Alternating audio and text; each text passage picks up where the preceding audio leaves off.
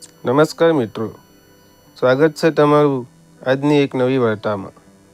મિત્રો, મારું નામ નવરંગ છે અને હું ધોરણ 12માં અભ્યાસ કરું છું. મારે હવે વેકેશનની રજાઓ પડી ગઈ હતી, એટલે હવે મારે મિત્રો જોડે ક્રિકેટ રમવું અને કબડ્ડી રમવા સિવાય બીજું કોઈ કામ હતું નહીં. ત્યારે અચાનક એક દિવસ મારા કાકી મારા ઘરે આવ્યા અને તે અમારા ઘરે થોડા દિવસ માટે રહેવા આવ્યા હતા. એટલે મને તેના આવવાથી ખૂબ જ ખુશી થઈ. મારા કાકીની ઉંમર લગભગ 32 વર્ષની હશે. તે ખૂબ જ જાડા છે, પણ કોઈ પણ કપડું તેને સારું લાગતું હતું, કેમ કે તેનું શરીર તંદુરસ્ત અને તે ખૂબ જ સુંદર હતા.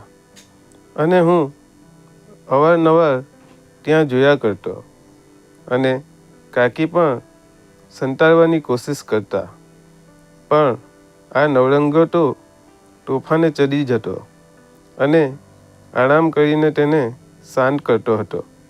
એક દિવસ મારા મમ્મીએ મને કહ્યું, બેટા, હું આજે બેંકમાં કામ હોવાથી બેંકમાં જાઉં છું અને મારે મારી સહેલીને ત્યાં ખબર અંતર પૂછવા જવાનું છે, એટલે મને આવવામાં થોડું મોડું થઈ જશે. તું કાકીનું ધ્યાન રાખજે અને તેને જે જોઈએ તે વસ્તુ લાવી આપજે. જો કોઈ પણ વાતની ગડબડ કરીશ તો ખૂબ જ સર્વિસ આપીશ. આટલું કહીને મારા મમ્મી જતા રહ્યા. પછી હું મારા રૂમમાં ટીવી જોવા માટે જતો રહ્યો. થોડી વાર પછી કાકીએ મને બૂમ મારી, રંગીલા, તારા માટે જમવાનું બનાવ્યું છે, તું આવીને જમી લે. હું બોલ્યો, સારું કાકી. મારા કાકી તેની પછી રૂમમાં ચાલ્યા ગયા અને હું જમીને મારા રૂમમાં પાછો ટીવી જોવા બેસી ગયો. બપોરના લગભગ 1 વાગ્યો હશે. હું ટીવી જોઈ રહ્યો હતો ત્યારે મારા કાકીએ બૂમ મારી, રંગીલા, અહીંયા આવ. હું કાકીના રૂમમાં ગયો તો કાકી આરામ કરતા હતા. તેણે મને કહ્યું, રંગીલા, આજે મારી કમરમાં ખૂબ જ દુખાવો થાય છે, તો પ્લીઝ તું મને થોડી માલિશ કરી આપ ને. મેં કહ્યું, હા કાકી, જરૂર. પછી કાકીએ મને ટ્યુબ આપી. હું બોલ્યો, કાકી, આ ટ્યુબ રહેવા દો, હું મલમ લગાવી આપું. પછી હું મારી કાકીને મલમ લગાવી અને માલિશ કરવા લાગ્યો. કાકીએ કહ્યું, કમરના ઉપરના ભાગમાં વ્યવસ્થિત લગાવ. મારો હાથ ઠેકાણાને અડવા લાગ્યો. તેમના બાવલા મને અડી રહ્યા હતા અને હું બરાબર સમજી ગયો હતો કે નવરંગા, બેટા, આજે તારો બરાબરનો મેળ થવાનો છે. આજે સુધી તે ઘણા બધા વિચિત્ર કરતબ દેખાડ્યા છે, પણ આજે લાગે છે કે સાક્ષાત દર્શન કરવામાં આવશે. શ્વાસ વધી રહ્યો હતો. પછી તે સીધા થઈ ગયા અને મને કહ્યું, નવરંગા, ગોઠણમાં પણ થોડી માલિશ કર. હું માલિશ કરતાં કરતાં વિચારી રહ્યો હતો કે ક્યારે હું મોટો થઈશ અને ક્યારે મારા લગ્ન થશે અને હું પણ કામ કરીને મારું ઘર હંકારી શકું. મારા કાકી મને ત્રાસી નજરે જોઈ રહ્યા હતા અને તેણે એક પગ બાજુ પર મૂક્યો અને મને દર્શન કરાવ્યા.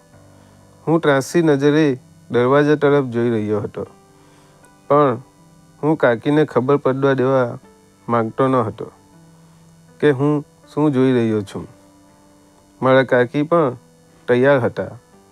તે ખાલી સૂવાનો ઢોંગ કરતા હતા, પણ એવામાં તે જાગી રહ્યા હતા અને હું શું કરી રહ્યો છું અને શું વિચારું છું તે જોતા હતા.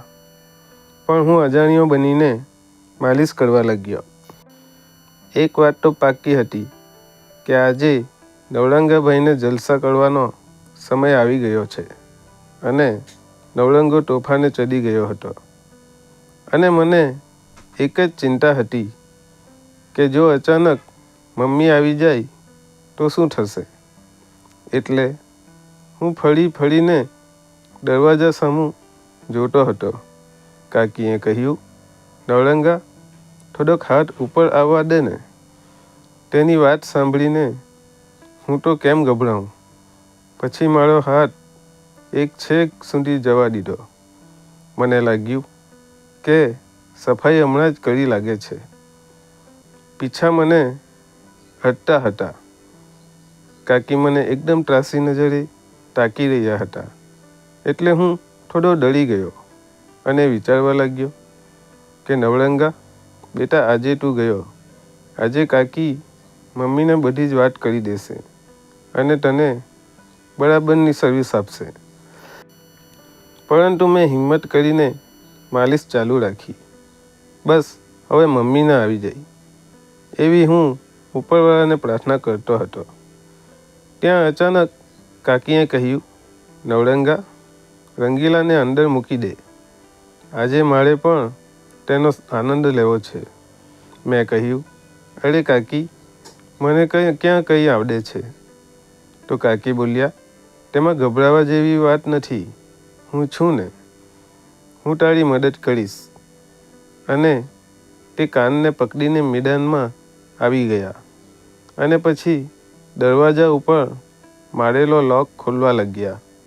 કાકીએ કહ્યું, બરાબર વ્યવસ્થિત ચાવી લગાડ. પછી હું તો શું કામ પાછો પડું.